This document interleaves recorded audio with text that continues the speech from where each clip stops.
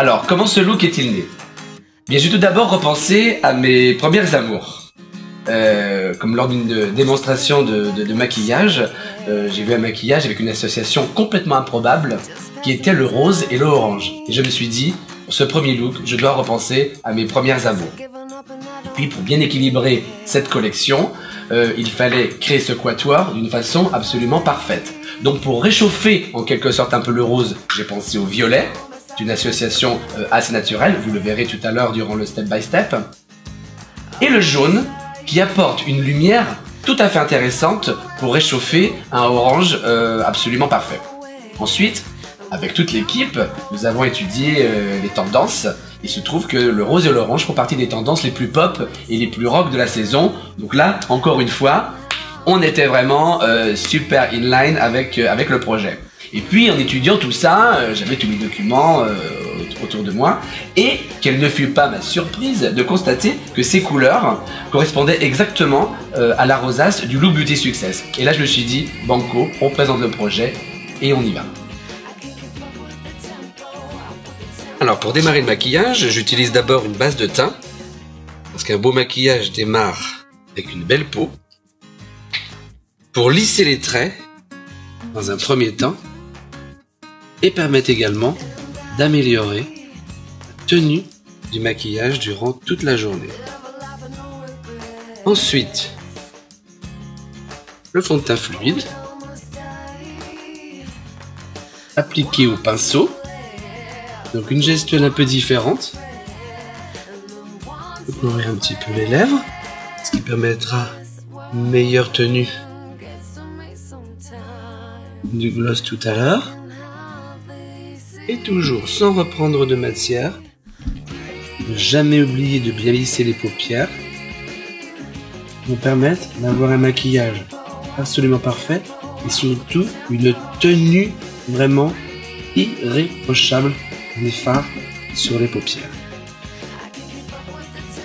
Pour terminer le teint, rien de mieux qu'un nuage de poudre pour matifier et en même temps révéler toute la lumière du visage. Et même le matin, quand on n'a pas le temps, un nuage de poudre seul peut suffire à révéler toute la lumière du visage. Regarde là-haut. Alors pour le maquillage des yeux, je prends le quatuor et je démarre avec le rose. Technique simple, à la portée de toutes, la technique du halo, en appliquant toute la couleur à partir de la racine des cils sur toute la paupière mobile. Pas plus simple. Bien dégrader la couleur. Pas où ça commence, pas où ça se termine. Regarde là-haut. Sans reprendre de matière, je passe légèrement sous l'œil.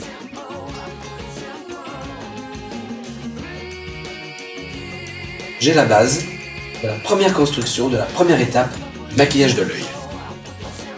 Après le rose, le premier médium, j'utilise le deuxième médium, le orange, pour développer la technique du halo.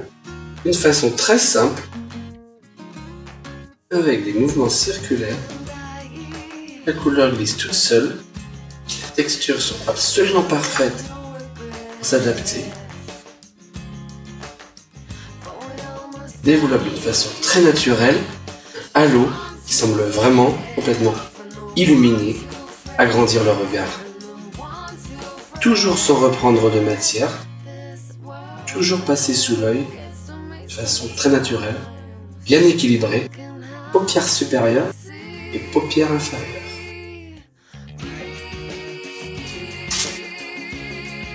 Et on continue avec la lumière, le jaune, sur tout le dessous de sourcil.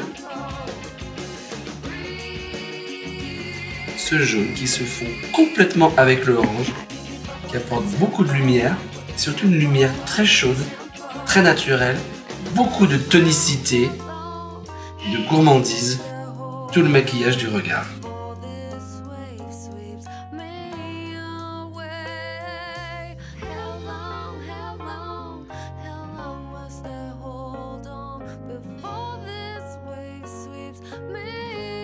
Pour souligner le regard,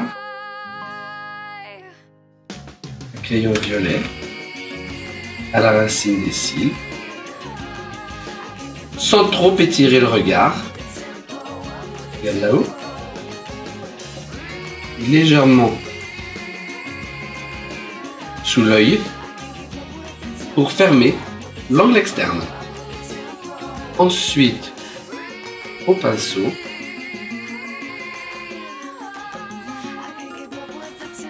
toute la couleur, de façon à avoir un aplat absolument parfait.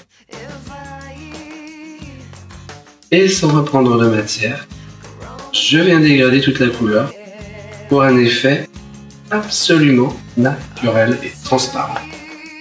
Et maintenant, je prends le fard violet du Quatuor pour fixer le crayon, pour être bien sûr que mon crayon ne coule pas. On peut utiliser ces fards wet and dry pour plus d'intensité, donc bien humidifier le pinceau. J'utilise le violet à la racine des cils pour un effet eyeliner et révéler toute l'intensité de la couleur.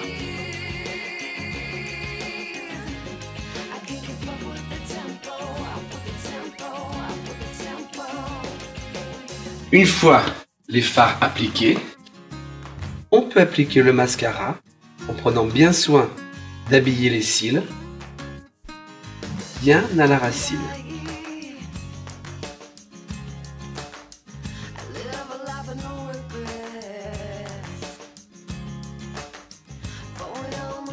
Alors pour le blush, le tips de l'été, c'est d'utiliser toujours le Quatuor et avec le pinceau, de prendre le jaune et le orange et de l'appliquer ensuite sur la pommette, comme cela, on voit bien le jaune et le orange. Et puis, d'une façon très naturelle, regardez le glissant absolument incroyable de ces fards qui se fondent et qui apportent jolie lumière sur toute la pommette. Pour ce tips, bien faire attention, quand on mélange le jaune et l'orange, d'utiliser le jaune en haut, sur le haut de la pommette, en lumière pour bien révéler les volumes du visage. Pour la bouche, une histoire très simple, prendre le crayon, crayonner toute la lèvre de l'intérieur vers l'extérieur. Pas nécessaire de se compliquer l'existence, voulant dessiner une bouche absolument parfaite. Ensuite, il suffit de prendre le gloss et le crayon se mélange parfaitement avec la matière du gloss. Le crayon révèle la couleur, améliorer complètement la tenue. Pour les lèvres, donc ton sur ton comme je viens de le faire, ou sinon utiliser un crayon rose ou marron pour multiplier les effets.